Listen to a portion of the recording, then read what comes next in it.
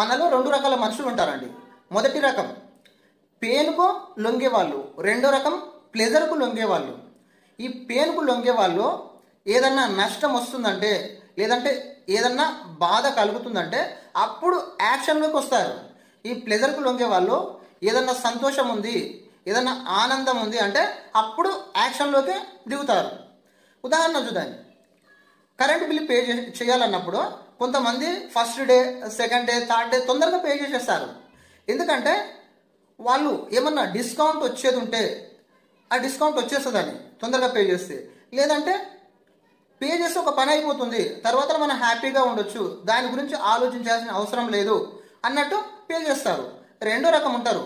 వాళ్ళు ఏంటంటే ఇంకా టైం ఉంది కదా, పే చేయొచ్చులే లాస్ట్ వరకు అని వాళ్ళు వెయిట్ చేస్తారు. వాళ్ళు ఎప్పుడు చివరి డేట్న పే చేస్తారు. ఎందుకంటే వాళ్ళకి అక్కడ పెయిన్ కానొస్తుంది. ఈ రోజు నేను పే చేయకపోతే నాకు ఫైన్ పడుతుంది అన్న ఉద్దేశంతో వాళ్ళు అక్కడ నష్టాన్ని చూస్తున్నారు. ఫైన్ పడుతుందనే నష్టాన్ని చూస్తున్నారు, బాధని చూస్తున్నారు, అప్పుడు పే చేస్తారు. ఇంకో ఉదాహరణ చూద్దాం.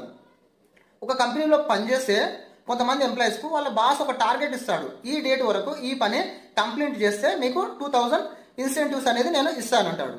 అందులో కొంతమంది చేసేస్తారు. ఎందుకంటే వాళ్ళు ప్లెజర్ను చూస్తున్నారు. 2000 వస్తున్నాయి కదా, ఆ 2000 కోసము చేస్తారు. ఆ 2000లో వాళ్ళకి ఆనందం, సంతోషం అనేది కనిపిస్తుంది. వాళ్ళు ఏమంటే యాక్షన్లోకి వస్తారు. ఇంకొంతమంది చెయ్యరు. ఆ 2000 కోసం మనం చేయాలా, అవసరం లేదు అంత చిన్న అమౌంట్కు అని వాళ్ళు చెయ్యరు. వాళ్ళకి ఇలా చెప్పాలంటే, మీరు ఈ టార్గెట్ని ఈ టైం వరకు చెయ్యకుంటే మిమ్మల్ని జాబ్లో నుంచి తీసేస్తా అంటే అప్పుడు యాక్షన్లోకి వస్తారు. ఎందుకంటే జాబ్లో నుంచి నిజంగానే తీసేస్తారు ఏమో అన్న ఉద్దేశంతో అక్కడ నష్టాన్ని చూస్తున్నారు, అక్కడ బాధని చూస్తున్నారు, అప్పుడు యాక్షన్లోకి వస్తారు. ఈ విధంగా మనలో రెండు రకాల మనుషులు ఉంటారండి. ఫస్ట్ ఇక్కడ ఏం చేయాలంటే, మనము ఏ రకానికి సంబంధించిన వాళ్ళము, పెయిన్కి సంబంధించిన వాళ్ళమా, ప్లెజర్కి సంబంధించిన వాళ్ళం అనేది చూసుకోవాలి మొదట.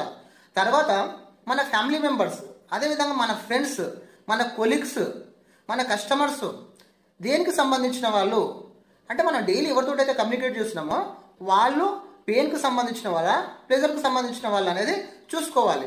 చూసుకొని వాళ్ళతో అదే విధంగా కమ్యూనికేట్ చేస్తే మనకు మంచి రిజల్ట్ అనేది రావడం జరుగుతుంది.